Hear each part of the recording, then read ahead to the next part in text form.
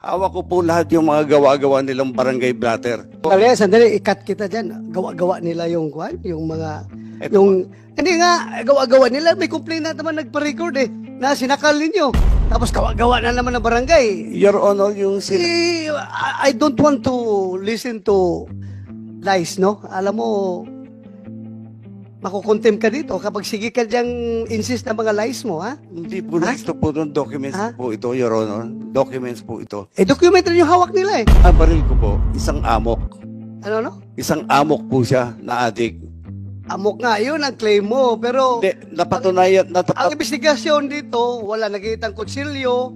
Kaya ka nga, na-desisyon na i-dismiss Kaya ka hindi na-promote siguro dahil katakot-takot Hindi, ang kaso kinakarap mo. Your Honor, Dami mo kaso dito. Your Honor, gusto ko sana ipakita sa inyo po ito para matulungan nyo ako. Ano? Tulungan yung pamilya ko. Bakit? Exonerated po ako nung dinismiss po ako Ha? Exonerated po ako nung dinismiss po ako Kaya nga po ako humingi ng tulong sa inyo. Bago pa lang ako mawala, sana, mag-clear to. Tingnan mo yung kaso niya. Baka, kaya mong reinstate o kaya mong i-dismiss uli. May sabi niya, may hawak siyang papel ng exoneration Tingnan nyo yan, tingnan nyo. I think po, ibang case po ito. Ibang case na naman yan. So, kadami mong case talaga. Ang dami. Sa barangay lang po nila, narami hong blatter concerning Mr. Willie Gonzales. And I have with me here summary of cases of Mr. Gonzales. Parang 10, no? Ay, ito Senator po sa akin. Senator GB, ilan dyan ang grave threats sa mga Isa po, merong robbery, prostrated homicide, obstruction, perjury, robbery, prostrated homicide, grave threat, violation of PD 1866, grave coercion, and light threat. So may grave threat, may light threat. Ito pong nasa half screen po, Mr. Chair, are blatters, no, sa barangay po nila. Mukhang sa barangay nila, mukhang hindi rin maraming kaibigan si Mr. Gonzales. Siguro si Barangay Captain Kalma. Kayo po bang barangay kung saan nakatira si Mr. Gonzales? Sino po? Kapitan Bimbo de la Cruz. Ano pong barangay nila? Magandang araw po. Barangay Captain Berelio de la Cruz ng Barangay Quirino 3A. Saan banda yan? Saan banda yan, Kap? Sa Anonas po. Sa Anonas? Quezon City. Doon nakatira si Mr. Willie Gonzales? Opo. Okay. Please answer the niyo question of Senator Jimmy. Presidente niyo po si Mr. Gonzales? Opo. Sa barangay? Meron po bang mga issue? Talaga ito bang mga blatter na nakuha sa barangay? Sa inyo po yan? During my time po, way back 2018, nung naupo po ako bilang bagong barangay captain, during my time po, 3 lang po yung naka-record sa amin. 3 lang? Opo. So yung bago ikaw, meron pang previous? Kasi 10 itong hawak ko Hindi po sa akin galing. Hindi sa inyo. Pero yung mula nung naupo ka, Doon lang po ako. 3. Ano po yung mga kasong yun? Importante kasi ito, Mr. Chair, because we have to find out kung ano yung proseso ng PNP, ba't nakakalusot, no? May neuro test, psychological test, anger management ito Mr. De La Cruz, Kapitan, sige po, pakisalaysay kung ano yung mga yung mga kaso ni Mr. De Gonzales. Alam mo po is may tumawag po sa 911 or let's say 122 sa Quezon City. May tumatagas daw po na langis sa may Dawe Street. So agad naman pong pumunta ang ating mga kapulisan. At pagdating nga po doon, ang sinabi po ni Sir Wilfredo Gonzales ay pinagmumura niya si Kagawad Raul Navera na mga PI, bakit sila tumawag ng pulis. Kagawad niyo po siya? Sa barangay niyo po ito? Opo. Ilan po? Yung pangalawa, yung pangalawa yan, di ba? 3. So yung kagawad mismo ang pinagmumura ni Mr. Gonzales? Ayon po sa nakasulat sa blatter. Sige. Pangalawa? Yung pangalawa naman po, ang complainant po ay si Janabel Mamarodlo sa taga Barangay Libis, Quezon City. Ang respondent po ay si Sir Willie Gonzales. Ang kwento naman po nito is, to make it short, pumarada po siya sa harapan ng HQ, headquarters ni Ma'am Kate Coseteng, para humingi ng medical assistance. Pagdating sa harap, pinuntahan daw po siya ni Sir Wilfredo Gonzales at pinalipat niya yung motor. Humingi naman siya ng pasensya. Bigla na lang daw po siyang sinakal. Pati rin po yung anak niya na kasama po. At Sino yung sumakal? Yung anak ni Mr. Gonzales? Ayon po sa nakasulat, si Sir Wilfredo po ang sumakal. Tapos nalaglag po yung cellphone ng tao. Nabasag po yung cellphone. So, dalawa sila magkasama. Ayun po Sino sa yung anak? kwento. Anak Ayun ni po. Willie Gonzales. Opo. So, sinakal siya. Opo. Okay. Yung isa naman po, February po, 2021 din po. Maiksi lang po itong kwento to. Ang complainant po is Perfecto Pontanilla, BPS ako po. Noong time na yon, ang respondent po is si Sir Willie Gonzales.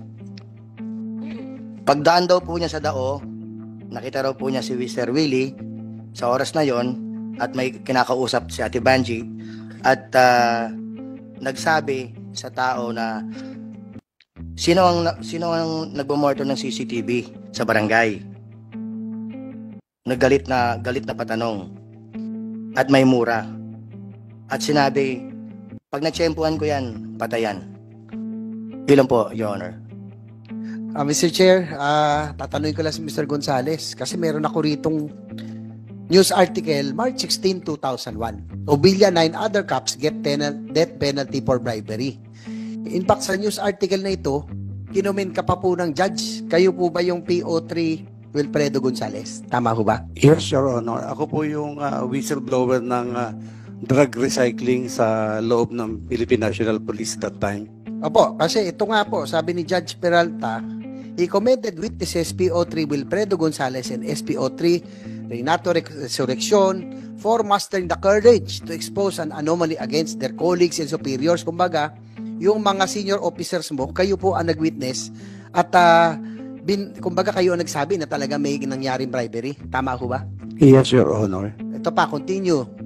Two men who were Obilya subordinates had blown the whistle on the bribe. Gonzales testified that Obilya tried to give him 15,000 as his share but he refused to take the money.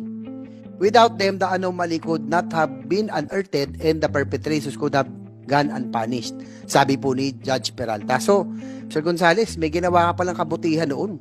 2001. Pero nung nag-2018 hanggang ngayon, parang lahat na lang nangyari. Bakit ang dami mong kaso sa barangay pa lamang? What happened in that span? May ginawa ka kabutihan noon pero 20 years after, mukhang naiba yung karakter mo. Sige po. Your Honor, mabuti nga po na nabuksan po natin itong issue to. Mula po nung mag-whistleblower po ako, nabaril ang bahay ko, nasira pag-aaral ng mga anak ko, nahinto. Pero hindi po ako umatras. Sabi ni si PNP Mendoza doon, tsaka si General Aglipa, huwag kang atras kahit nang bigyan ka ng pera. May nag-bribe po sa akin ng 3 million. Sinorender ko po sa Station 9. Kila Colonel Uvilla po at Colonel De La Cruz. Pero hindi ko po alam na nanakawin lang po pala. Magbula po noon, katakot-takot na po ang naging kalbaryo ko po sa serbisyo. Kahit madami po akong medalya, tinutumbasan naman po ako ng 14 na kaso. Anong mga kalbaryo na pinagdaanan mo? Sa serbisyo? Kinasuhan po ako ng mga kung ano, yung robbery po, hindi po ako po yan. Yung theft, hindi po ako po yan. Yung coercion, lahat po yan, dumaan po sa Congress nung araw. Dahil inihiring po yung complainant na may hines na alleged witness sana namin naging hostile po dahil nabigyan ng pera. So, kalbaryo, pinagsasabi mo, anong connection yung pagbaril mo, yung may nabaril ka na, saan yung picture nitong binaril mo? Kasama ba ito sa kalbaryo mo dahil doon sa ginawa mong pag-testify against your Your Honor, superior? Your Honor, yung nabaril ko po, isang amok. Ano? Isang amok po siya na adik. Amok nga, yun ang claim mo. Pero Hindi, napatunayan, ang investigasyon dito, wala nakitang kutsilyo. Kaya ka nga na-desisyon na i-dismiss dahil nga doon sa, Your Honor, dahil dito sa investigasyon na ito. Your Honor, pwede ko po ituloy. Yes, go ahead. Sa RTC 77 po, dismiss po yung kaso niyan, acquitted po ako. At pagdating po sa... It doesn't mean na if-acquitted ka criminally, administratively acquitted ka rin. No, it doesn't follow because sa korte, sa criminal case, ang kailangan dyan is proof beyond reasonable doubt. Pwede po. Sa administrative is only preponderance of evidence. Yes, Your Honor. So yan ha, kaya you correct your Pwede ko, understanding ha. yes, Your Honor. Yeah, Pwede ko pong ituloy, Your Honor. Nagkaroon po ng full-blown investigation ito sa PNP. Uma-attend po kami ng hearing at ng abogado ko, si Atty. Bayubay, Kik, then Captain Dio. Uma-attend po ako ng hearing, nung summary hearing sa custodial unit po siya naka-assign, si Captain Dio. Now, Colonel Dio of ES daw po. Ngayon, 4 times, may receive po, may radio message, registered hindi naman po uma-attend po yung complainant ko.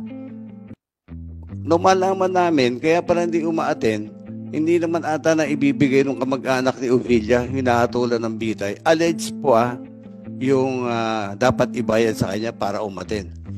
Kaya po na sabi Calvario, sandali ha, anong connection ni Ovilia doon na ikaw nagbaril ng tao? kasi yung lawyer po na kila Ovilia po, yun po yung nagbabalak umattend nun doon sa summary hearing ko, pero hindi po tumuloy dahil hindi ho ata paid. So in short po, At least, those are all your assumptions, ha? Those are all your assumptions. Sige, go ahead. yes, Your Honor. After full-blown investigation po ito, after 4 hearings na hindi po uma-attend yung kabilang party, nag-request po kami kay Captain Dio at saka yung lawyer ko ng resolution. Kung ano resolution niya, dapat i-drop and close niya na po. Nagtataka po ako, ting pupunta po kami ng lawyer ko, sinasabi ni Captain Dio, he submitted his resolution to the IDM. But on 2013, I was surprised. One Colonel Pusana called me up and said, mag-submit ka lahat ng documents ng Huertas case. Mag-submit ka lahat dito ng Huertas case folder. Kasi wala akong hawak. Ako ang second summary hearing officer mo. Sabi ko po, Diretso tayo. Opo, Ilang beses ka na-dismiss sa serbisyo? dinismiss po ako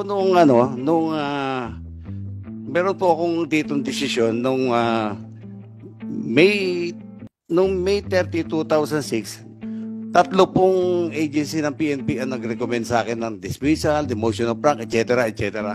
However, meron po akong ebidensya na Ang tanong ko lang kung ilang beses ka na-dismiss sa serbisyo. Per your knowledge. na-dismiss po noong 2006 2006. using June 1 decision na hindi naman po ma-authenticate. Wala ka nang, tanong ko lang kung ilang beses ka na-dismiss. Noong 2006 po. 2006. Your Honor. Tapos reinstate ka. Opo, Your Tapos Honor. nakapag-retire ka 2016. Opo, Your Honor. Kailan ka naging pulis? July 8, 1990 po, Your Honor. 1990. Opo.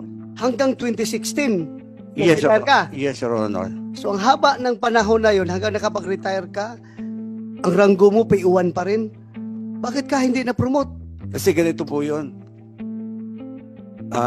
Alam ko naman, kasi ito nga ho, pakikita ko sa inyo. Kaya ka hindi na-promote siguro dahil katakot-takot Hindi, ang kaso kinakarap mo. Your Honor, Sabi mo kaso dito, Your Honor, gusto ko sanang ipakita sa inyo po ito para matulungan nyo ako. ano? Tulungan nyo pamilya ko. Bakit? Exonerated po ako nung dinismiss po ako eh. Ha? Exonerated po ako nung dinismiss po ako eh. Hawak ko po yung authentic. Exonerated ka sa ano? Yung pinag-dismiss po sa akin na kaso noong 2006. Sa criminal case. Sa Exonerated ka. PNP po, sa PNP po, exonerated po ako, sir. Oh. Your Honor, Exonerated ka? exonerated po. Paano ka na-dismiss? Authenticated copy po ito. Tuloy ko lang po, sir. Sige, Pwede, sige. if I may. Pina-authenticate ko po ito. Authenticated po ito. Original coming from NCRPO. Nagulat po ako. Bakit ako na-dismiss? Alam mo, ikaw, sa kamaro mo na yan, hindi mo kaya ipaglaban yung sabi mo dismissal. I don't think so. Nakita ko kayong mga pleadings mo yung mga dismissal mo, yung mga appeal mo sa NAB, na-reinstate ka nga dahil ang galing ng mga pleadings mo, ang galing ng abogado mo magawa ng papilis mo. Tapos, ngayon, yung sabi mo na yan, hindi mo kaya ipaglaban niya, Your Honor, ako maniwala sa'yo. if I may, pwede ko po ituloy. Sige. Nagtaka po ako, nagkaroon po ng June 1 decision in a matter of 1 day. Same signatory po, same General Attorney Kasugbo. Pero hindi na po ako exonerated. At yun ang ginamit nilang basehan para i-dismiss po ako from the service. Kaya po, Anyway, yung kaso mo, that will be another forum. Idali mo yung sa Napolcom. May Napolcom dito. Nakikinig ka, Commissioner Bernabe, ha? Tingnan mo yung kaso niya. Baka, kaya mong restate o kaya mong i-dismiss uli. Anong tingin mo? Tingnan mo lang. Yep. Anyway, nandito, Mr. Gonzales. Andito na Polcom. Kung justifiable talaga yan, by all means, that's your right. Ilaban mo. Ilaban mo. Kaya nga po ako humingi ng tulong sa inyo. Bago pa lang ako wala, sana, maklear to. Hindi na kailangan ang impluensya ko dyan. Basta karapatan mo yan at karapat dapat kang restate. Nandito na Polcom. Sila na bahala. Go ahead na Polcom. Mr. Chair, meron po kasi tayong desisyon. Ito po ay 2017. Doon po si Mr. Gonzales na dismissed from the service. Ito po yung kanyang grave threats po ito sa kanyang mga neighbors. And then, in-appeal po nila ito sa NAB. Noong pong 2021, dinenay na po yung kanilang appeal and yung MR. So, alam ko po ngayon po ay nag-appeal sila ulit sa office ng secretary. So, pending po doon. Pero po yung kanyang dismissal po noong 2017 ay denied po ng NAB yung appeal nila. Pero may sabi niya, may hawak siyang papel ng exoneration eh. Tingnan nyo yan, tingnan nyo. I think po ibang case po ito. Ibang case na naman yan. So, So, six kadami mong months. case talaga. Ang dami. Your Honor, marami po talagang ibinato sa aking kaso mula po na mag-whistleblower ako. Kaya ang pangunawa po ninyo ang hinahanap ko. Anyway, naunawaan kita. Humahanga ako sa'yo dahil nga sabi mo, nilaban mo yung kinalaban mo yung mga superior mo pagdating sa drug case. Pero hindi kita hinahangaan dito sa pagbunot mo ng baril at magkasama ng baril. Very clear tayo dyan. Hindi kita hinahangaan doon. Sir Chair? Yes, Pwede makasingit lang. Yung pong kaso na binabanggit, he was yung sa Napolcom, I just want to be clarified again. He was dismissed 2017 because of grave threats. Am I correct? Tama ba? Maraming salamat po, Your Honor. Acquitted din po ako doon sa MTC 35 on that allegation po. Yung sa At grave yung threats? allegation po nung Opo. grave threats ng Pero, kapitbahay sige ko po. Acquitted po ako sa MTC 35. Sige Tapos, nung 2015, before I retire, may ni-refile po pala yung kapitbahay ko sa IAS. Nag-verify po ako po doon. Nakausap ko po yung summary hearing officer. Sabi niya, na-recommend ko na yan na drop and close. Kasi kita naman na may pattern sabi niya. At the moment, maghintay ka for signature ni General Roldan sa taas daw po. Diba, Director. Mr. Chair, tanong lang natin Napolcom. Ngayon, 2000, Napolcom. Sir Gonzales, tingnan natin si Napolcom. Ano po talaga yung kaso na why he was dismissed? Again, for the record. Yes, sir. Bale po yung case po is for grave threats po. Ito po yung Filed by the neighbors, yung ba yung Yes. mga neighbors?